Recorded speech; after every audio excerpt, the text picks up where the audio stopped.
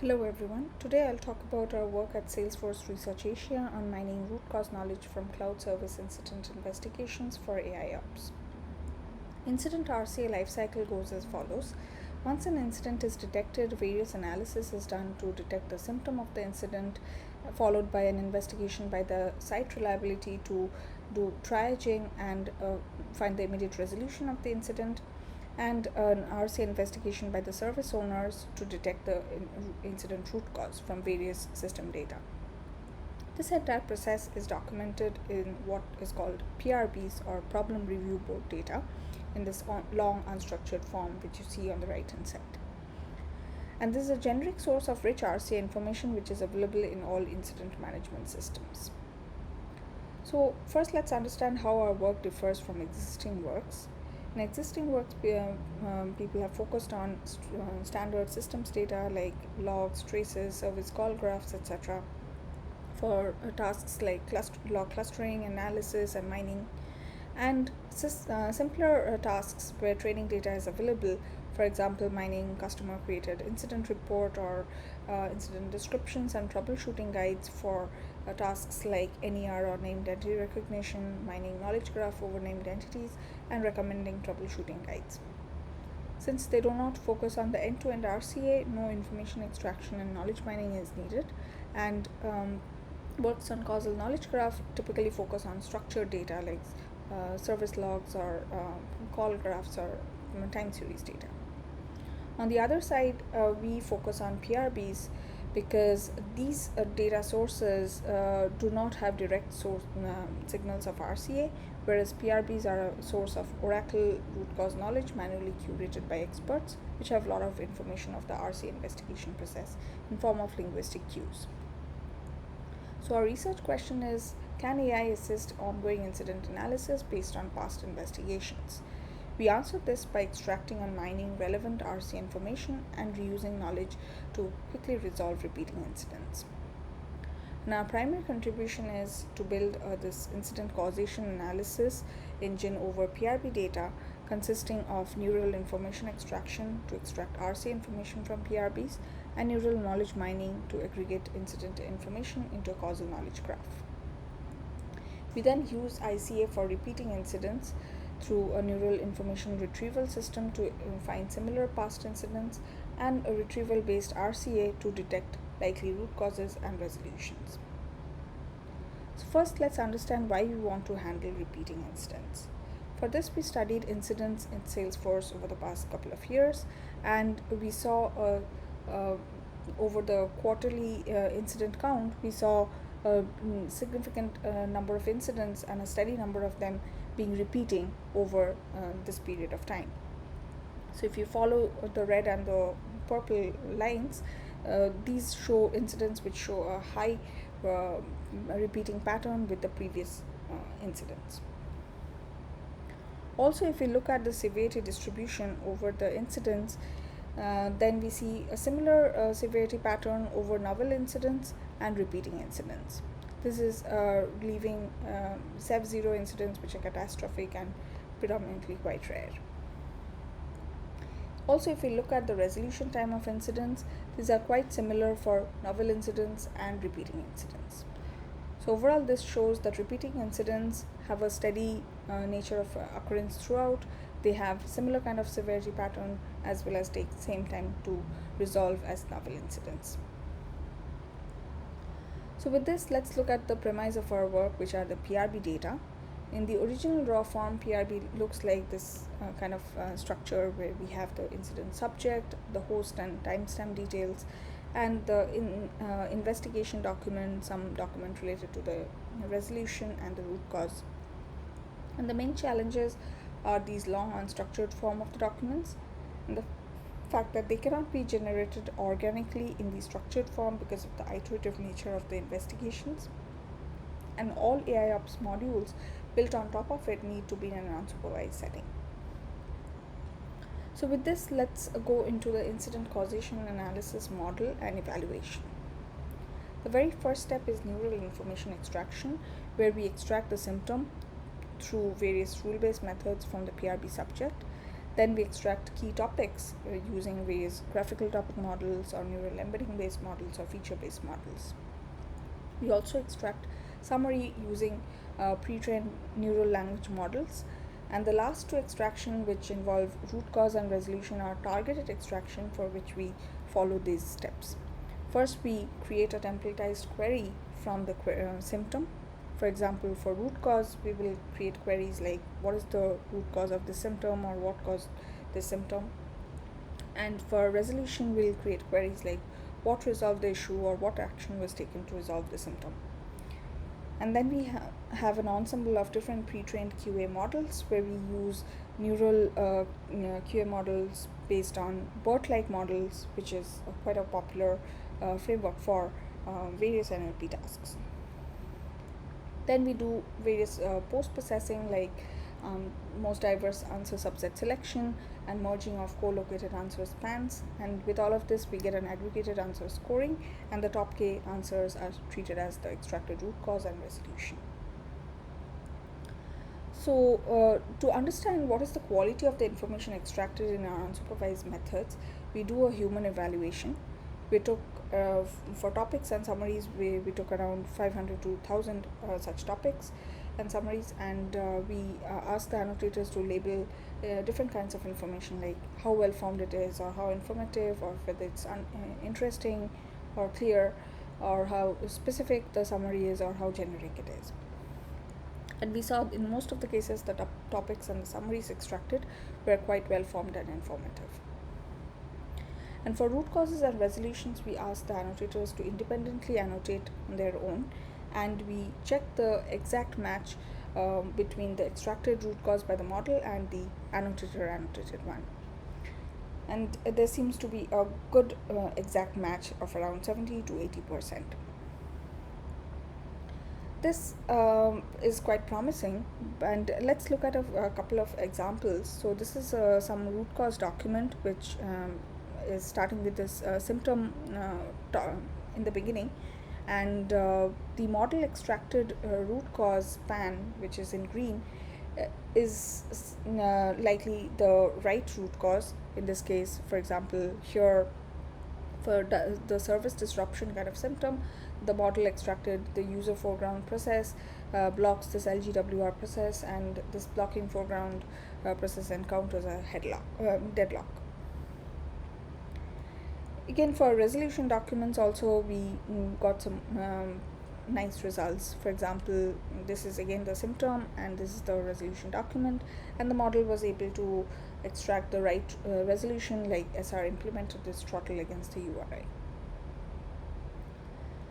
So with this, let's go to the next section, which is neural knowledge mining to construct this causal knowledge graph, where we start with all the incident data. We do symptom, root cause, and resolution extraction.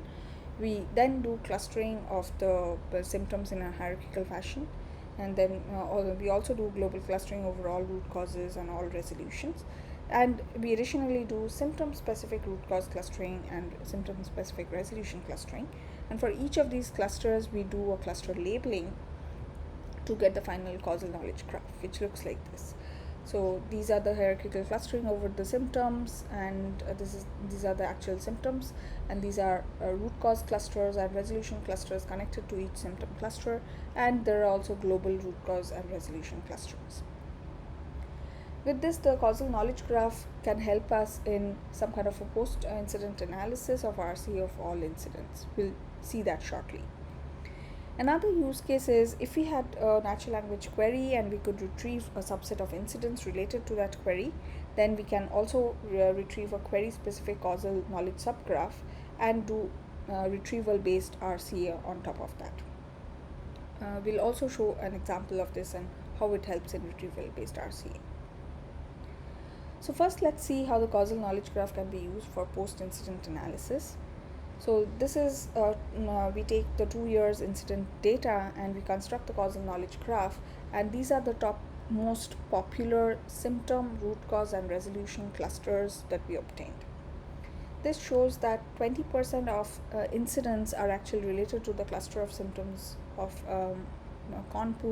connection pool, and high active requests. and 5% of root causes are related to DB/CPU related issues, and around 7% of resolutions are done by app tier restore access. This also shows the actual clusters that we got when we created the causal knowledge graph. So at least for symptoms, which have around 60 clusters overall, we can see that these are quite well separated. For root cause and resolution, it's harder to see because of the large number of clusters that we have, but still you can see in some of the major clusters being quite well separated.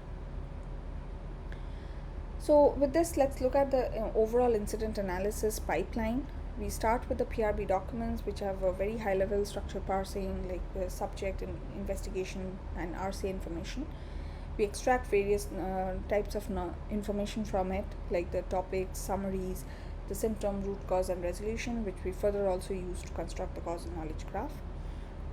And then we put all of this information into a neural search index, which is then used for incident search in a neural fashion. And given any query, like a high latency being query symptom, we can now get the PRB documents in a structured form where we have the subject, the root cause, and the resolution information. We can also do a retrieval based RCA along with the using the causal knowledge graph, and the output of that is these three things. One is the query specific causal knowledge subgraph, the other is the detected root cause distributions, and the likely resolution distribution. So for example, for high latency, the model detected customer induced SQL load as one of the top 3 reasons, and throttling of URI as one of the ways of resolution. So next, let's see the incident search benchmarking. We did this quantitative benchmarking over 2000 PRB records. For each, we take the incident symptom as query, and we search over all the remaining PRB records. And then we compute the overlap between the target PRB record and the retrieved top 10 results. And this overlap we can compute with respect to the whole PRB document, the PRB subject, or the extracted information like the topics, summaries, or the root causes or resolutions. And we follow different metrics like BLUE, which is a text similarity score, recall over the entire text, or bag of words based recall. And we compare 2 types of incident search. One is symbolic, which is using PySerenity and the raw PRB documents as index, and our neural incident search model. So as you can see, the neural incident search does significantly better in almost all of these kinds of evaluation. But if we look at the extracted root cause based evaluation, that is comparing the extracted root cause of the target and the retrieved documents, it seems to be quite poor in both the cases. Similarly for resolution as well. So this shows that the retrieval based RCA needs to be improved. So let's look at that in the next step. So this is the causal knowledge graph, and the main task that we have at hand is given a symptom, can we predict the root cause from the past incidents? Similarly, can we do the same thing for resolution? So we have these incidents and the symptom and the root cause. We also have symptom clusters and root cause clusters. And in our training setup, we assume that we completely know ahead of time these symptom clusters and the root cause clusters. And what we partially know is the symptom root cause connections, and that is what we have to predict. So we do some kind of data augmentation during training, where we add noisy edges between symptoms and root causes, which are one-hop neighbors of the true symptom and the root cause nodes, like this red connection. And we try 2 different sampling setups in our training. One is noisy edge sampling, where we train with X% of noisy edges only. Red is a noisy edge here. And all edge sampling setup, where we train with X% of noisy edges plus X% of true edges. And in both the cases, we vary X from 1 to 20%. And now, in order to train this model, we use something called a graph convolution network, or GCN, where let's say this is the graph causal knowledge graph that we start with, and then for every node we get the glove embedding, and we further take a TF-IDF weighted version of the glove embedding, and this gives us an embedding for every node. And then we apply a learnable GCN layer, and followed by a ReLU activation and a learnable MLP layer, and this gives us a final representation of the root cause and the symptom node. Similarly, we can also take negative root cause nodes, which are not connected with this symptom. And then the final label Y, which is 0 or 1 based on whether this node S is connected to the root cause node R or not, is simply obtained by taking the inner product of the node representations of the symptom and the root cause. And this is trained with a negative log likelihood of the positive symptom root cause connection with respect to the randomly selected negative connections. By doing this, we greatly improve the retrieval based RCA performance. So if you look at the graph on the left hand side, which is the root cause prediction given a symptom, the bottom lighter lines show the neural search performance, which we also saw in the previous table, in the two setups, whereas the all edge sampling setup and the noisy edge sampling setup. And we also see the performance of the neural search along with the causal knowledge graph, and this shows there is a almost 15% improvement even if we take only 1% of edges in our training of the causal knowledge graph. Similarly, if we do the resolution prediction of the given symptom, if we use the neural search along with the causal knowledge graph, we see another significant boost in performance up to 10 to 12%. So this shows the promise of doing a retrieval based RCA using the causal knowledge graph. We also further evaluate this retrieval based RCA over test incidents. So the ICA was actually deployed in Salesforce in a pilot environment, and we manually inspected the true and the predicted root cause of 50 in such test incidents.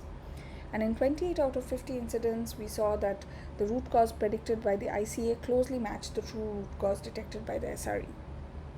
For example, here the incident symptom was a custom domain issue, and the true root cause was missing CNAME in the DNS process, and ICA predicted the root cause as CNAME changes to route the custom origin domain. Or in this case, in both the true and the predicted root cause was flooding of Aura requests. And overall, we see over the 28 such incidents, the closest matching root cause is at rank 3, which is quite decent. So with this, what is the different future directions for the incident causation analysis engine? We want to do better post-mortem analysis into the nature of incident recurring incidents and their causes. We want to allow the application of formal ML techniques like causal models, graphical inference, and we want to enable novice SREs to get quickly onboarded into the system and acquire the knowledge of the RCA process, and maybe at some point also do causal discovery over this knowledge graph to uncover RCA insights which are even unknown to the experienced SRE. Our final future vision is a multimodal AIOps system which has time series analysis of KPI metrics, domain-specific rule-based workflows coming from experts, and a multimodal multi-source anomaly detection over stack traces, logs, heap dumps, etc. And all of these information gives a richer incident context or symptom, which can go into better refining the search over past incidents, and also a better knowledge graph construction from multimodal sources. And this can all help in improving the retrieval based RCA and also provide oracle information back to this multimodal multi-source anomaly detection. So this is essentially our overall work, and thank you for listening to this talk.